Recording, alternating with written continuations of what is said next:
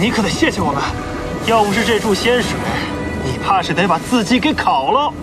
这妖兽啊，就是妖兽，真以为自己吸得了神力吗？我要是你，就趁早滚回家，免得1个月之后丢了主神的脸。听你们在这放屁！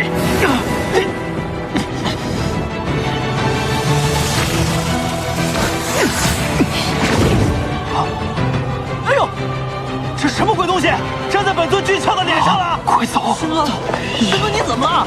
你们。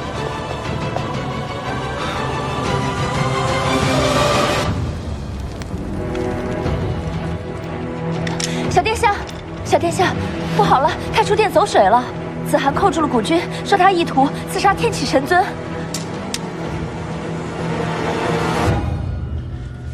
见过小殿下。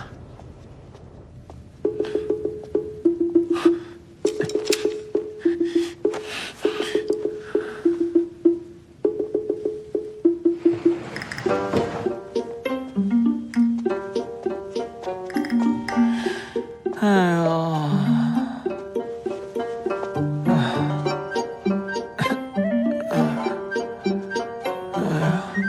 怎么伤得这么重啊？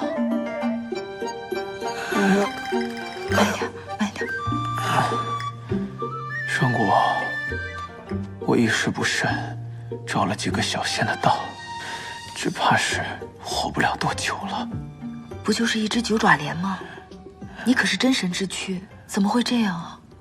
你有所不知，前些日子我修炼，不慎走火入魔，伤及心脉，而九爪莲毒性攻心，又引发了旧患，只怕这次我是撑不了太久了。是吗？上古，我希望在我的最后时刻，你能陪在我的身边。 你放心，你一定能平安度过的。为什么？因为正巧我去下界刚习得了一套点穴之术，不管用的。死马当活马医吧。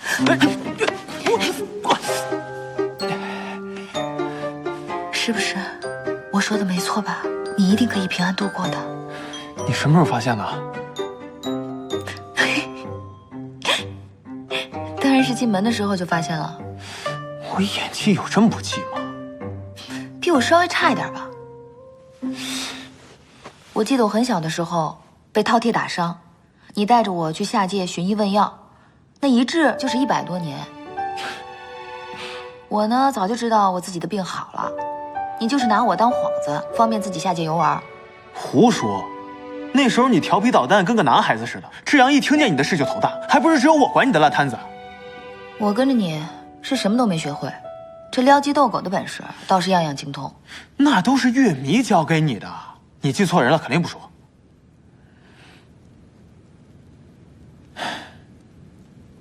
这虽说魔神现在正被父神所压制着，但是九幽还有众多自由行走的魔族，此去凶险，我是真不希望你去。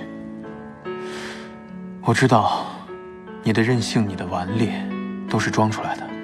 其实你比谁都要强。上古，你是在非议中长大的，平日里那些闲言碎语，你听到了，只会用恶作剧的方式10倍还击回去，回到殿中才会偷偷抹泪。这主神之位看似荣耀，实则负重难行。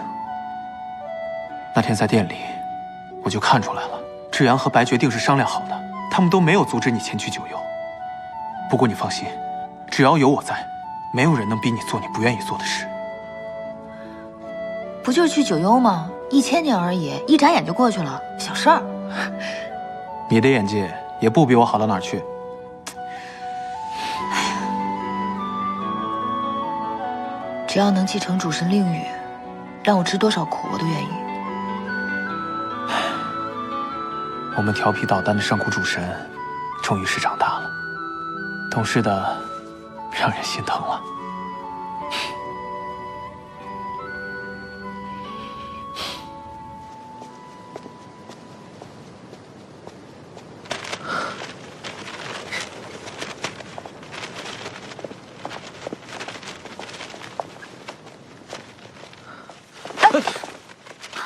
对不起，对不起。你哪来的神君啊？夏君目光，给女神君请罪了。是你啊！我并非什么神君，只是小殿下的一个小神侍。目光上君，不必为我行礼。你是上古小殿下的神兽，无患。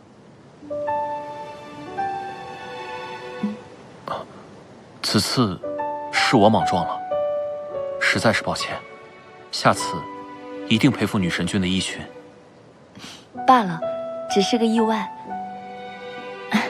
瞧我，把你的墨宝都弄脏了。没事。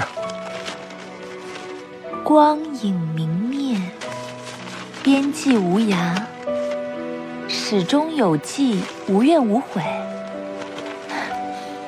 写得真好，有一些深情，又有一些浩然之气。给。月迷神君让我给月华府写几幅楹联，我写出来很多都不是很满意，但写到这2幅的时候，我很满意，于是急匆匆的想给师尊看，这才撞到你，实在是抱歉。没关系的，你刚才已经道过歉了，不必再说。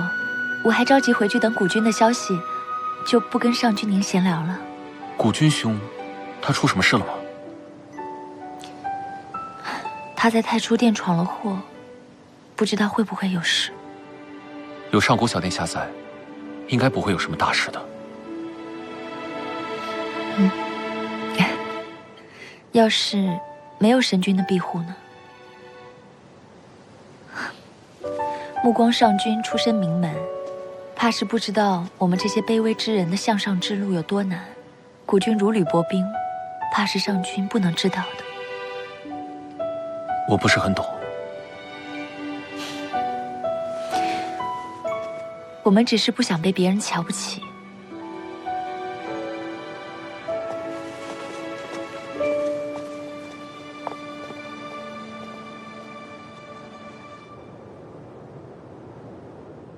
你们2人一夜不见，怎么比以前还丑？是古君打的，求师尊明察。别喊我师尊，太初殿可不收打架打输的徒弟。打架是小，伤了天启神尊是大。尤其是他那张金贵的脸，2000年前老树的叶子，不小心掉在他脸上，都被他逐到下界去做净持仙了。说，你们到底谁放的9爪莲？是他。什么9爪莲？我听都没听过。